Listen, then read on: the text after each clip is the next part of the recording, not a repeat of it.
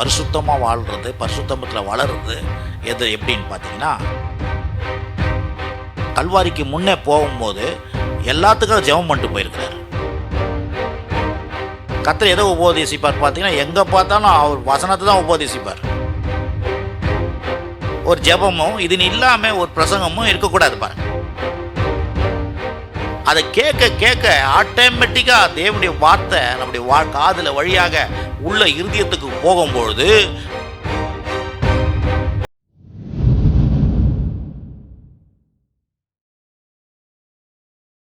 நான் வேதத்தில் நம்ம எடுத்து பார்க்க போகிறோம். பாங்க, பரிசுத்தமாக வாழ்கிறது, பரிசுத்தமத்தில் வளருது எப்படின்னு பார்த்தீங்கன்னா, நீங்கள் இயேசுவே அங்கே சொல்கிறாரு, யோவான் சுவிசேஷம் 17:17, உம்முடைய சத்தியத்திலே அவர்களை பரிசுத்தமாக்கும், உம்முடைய வசனமே சத்தியம். அப்போ பாருங்கள், இயேசு செய்த கடைசி ஜெபம் இது. ஆனால் இன்றைக்கும் இயேசு வந்து கல்வாரியில் உயிர் தெழுந்த பிறகு பிதாவின் வலது பரிசில் இன்றைக்கும் 2000 ஆண்டுகளாக நமக்காக பரிந்து பேசி கொண்டிருக்கிறார். ஆனால் அவர் இங்கேருந்து பூமியில் அவர் கல்வாரிக்கு முன்னே போகும்போது எல்லாத்துக்கும் ஜெபம் பண்ணிட்டு போயிருக்கிறார். அந்த ஜெபத்தினுடைய அதிகாரம் தான் இந்த அதிகாரம். அதில் சொல்கிறார் பாருங்க, உம்முடைய சத்தியத்திலே அவர்களை பரிசுத்தமாக்கும், உம்முடைய வசனமே சத்தியம். அப்போது சத்தியத்தை நாம் கேட்கும் பொழுது, சத்தியத்தில் வாசிக்கும் பொழுது தான் நாம் பரிசுத்தமாக்கப்படுகிறோம். நிறைய நேரத்தில் பாருங்கள், நம்ம பரிசுத்தம் எதில் ஆகுறதுன்னா சொல்லுவாங்களே, பரிசுத்தம்னா நல்லா போய் 4 பேருக்கு உதவி பண்ணிட்டு வந்தீங்கன்னா பரிசுத்தமாகிடுவேன், கிடையாது. அல்லது இந்த மாதிரி உட்காந்து ஜெபம் பண்ணே இருந்தீங்கன்னா பரிசுத்தமாகிடுவேன், இல்லை. பரிசுத்தம் எதில் வருதுன்னா, தேவனுடைய வார்த்தையை நம்ம கேட்கறதுனாலும் தேவனுடைய வார்த்தையை வாசிக்கிறதுனால தான் நம்ம பரிசுத்தமாக்கப்படுகிறோம்னு சொல்லிட்டு இந்த வேத வசனம் மாத்திரம் இல்லை, தேவனே நம்மளை பரிசுத்தப்படுத்துகிறார் என்று வேதம் சொல்லுகிறது. யோவான் சுவிசேஷம் 15:3 பாருங்கள். 15:3 அங்கே இயேசு சொல்கிறார் பாருங்கள். 15:3, நான் உங்களுக்கு சொன்ன உபதேசத்தினாலே நீங்கள் இப்பொழுதே சுத்தமாக இருக்கிறீர்கள். பாருங்கள், உபதேசத்தினா என்ன? தேவ சத்தியத்தினாலே. சத்தியம்தான் அங்கே சொல்கிறாரு, சத்தியம் தான் பரிசுத்தப்படுத்தும். இங்கே சொல்கிறாரு, அந்த எதை உபதேசிக்கிறார் கர்த்தர் எதை உபதேசிப்பார் பார்த்தீங்கன்னா, எங்கே பார்த்தாலும் அவர் வசனத்தை தான் உபதேசிப்பார். கடவுளுடைய வார்த்தையை விட்டு அவர் வேறு எதையும் பேச மாட்டார். அங்கே ஒரு லூக்கா புஸ்தகம் 4:18 நீங்கள் பார்த்தீங்கன்னா, தேவாலயத்தில் கூப்பிட்றாங்க, அவர்கிட்ட புஸ்தக சுருள் கொடுக்கப்பட்டதை பிரித்து என்ன பண்ணுறாரு, புஸ்தக சுருளை பார்த்து தான் பிரசங்கம் பண்ணுறாரு.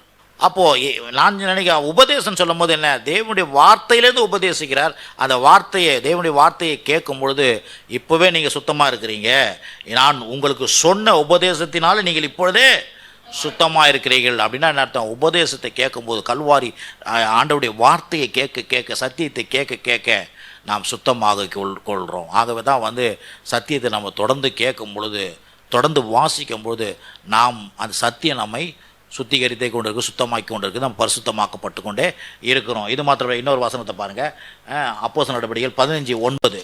ஏன்னா புரிஞ்சுக்கணும் பாருங்கள், அப்போஸ்தலர் நடவடிக்கைகள் 15:9, விசுவாசத்தினாலே அவர்கள் இருதயங்களே அவர் சுத்தமாக்கி நமக்கு அவர்களுக்கும் யாதொரு வித்தியாசம் இராதபடி செய்தார். இது என்னன்னா, புறஜாதிகள் பொன்னொழி வீட்டில் ரட்சிக்கப்பட்டுறாங்க. ரட்சிக்கப்பட்ட பொண்ணு இவங்கெல்லாம் என்ன பண்ணுறாங்கன்னா, இஸ்ரவேல் யூத மக்கள்லாம் ஆச்சரியப்படுறாங்க. என்னையா அவங்க போய் விறகு கட்டுன்னு சொல்லியிருந்தோம், அவங்க வந்து லாக்கே இல்லைன்னு சொல்லியிருந்தோம், நம்ம கொண்டு தான் கடவுள், இஸ்ரவேல் மக்களுக்கு தான் கடவுள், திடீர்னு அவங்களாம் ரட்சிக்கப்பட்டுறாங்களே, எப்படி ரட்சிக்கப்படுவாங்க? அவங்களுக்கு வேறு எதாவது ஸ்பெஷலாக எதனா பண்ணலாமா அப்படின்னு சொல்லிட்டு, ஏதோ ஒரு வேறு எதனா செய்ய சொல்லலாமா அப்படின்னு சொல்லிட்டு பேசினுக்கிறாங்க. பேசும் பொழுது தான் சொல்கிறாங்க, அவர் சொல்கிறார், விசுவாசத்தில் அவர்கள் இருதயங்களை அவர் சுத்தமாக்கி. எப்படி சுத்தமாக்குறார்? இயேசு எப்படி சுத்தமாக்குறாருன்னா, அவர் வார்த்தையாக இருக்கிறார், அவர் வார்த்தையினால் நம்மளை சுத்தமாக்குறார். அவர் சுத்தமாக்கி நமக்கும் அவர்களுக்கும் யாதொரு வித்தியாசம் இராதபடி செய்தார். அப்போ பாருங்கள், வசனத்தை வாசிக்க நீங்கள் பாருங்கள், வீட்டில் உட்காந்து வசனத்தை வாசிங்க, வசனத்தை அடங்கிய பிரசங்களை கேளுங்க. ரொம்ப முக்கியம். பிரசங்கன்னா என்ன பிரசங்கன்னு பாருங்கள், வசனத்தை சொல்கிறாங்களா, வசனத்தின் அடிப்படையில் இருக்குதா பிரசங்கம், ரொம்ப முக்கியம். இப்போ பாருங்க, ஜெபம் கூட வசனத்தின் அடிப்படையாக ஜெபிக்கிறோம். எதுக்கு? அதுக்காக தான் கர்த்தர் வந்து இவ்வளோ பெரிய பைபிளை கொடுத்துருக்கிறாரு, எல்லா மொழியிலும் பிரிண்ட் பண்ணி கொடுத்துருக்கிறாரு. இது இல்லாமல் ஒரு ஜெபமும் இது இல்லாமல் ஒரு பிரசங்கமும் இருக்கக்கூடாது பாருங்கள். ஏன்னா பிரசங்கம் வந்து வார்த்தையின் அடிப்படையில் இருக்கும்பொழுது நாம் பரிசுத்தமாக்கப்படுகிறோம். ஆமென். அப்போ இது மாத்திரம் இல்லை, எபேசியர் புஸ்தகம் 5:26. ஏன்னா வசனத்தின் மூலம், ஏன்னா வசனம் ரொம்ப முக்கியம்.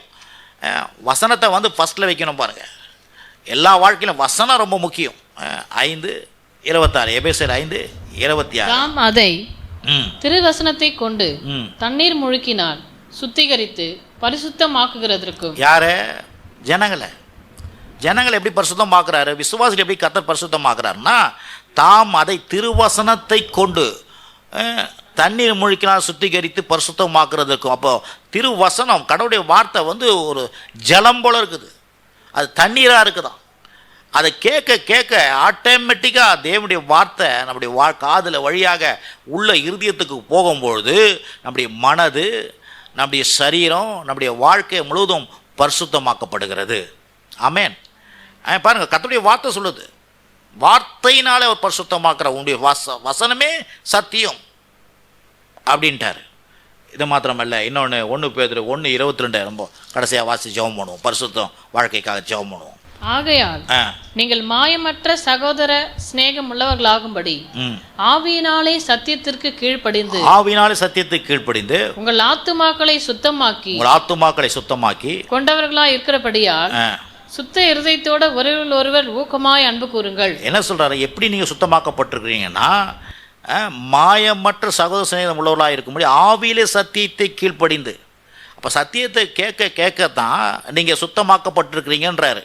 சுத்த இருதயத்தோடு நீங்கள் இருக்கிறீங்க, ஒரு ஊக்கமாய் அன்பு கூறுங்கன்றார். அப்போது பரிசுத்தம் எங்கேருந்து வருது அப்படின்னா, தேவனுடைய வார்த்தையினாலே. பாருங்கள், இயேசுவாகிய வார்த்தை, அவரை நம்ம ஏற்றுக்கொள்ளும் பொழுது நம்ம பரிசுத்தமாக்கப்படுகிறோம்.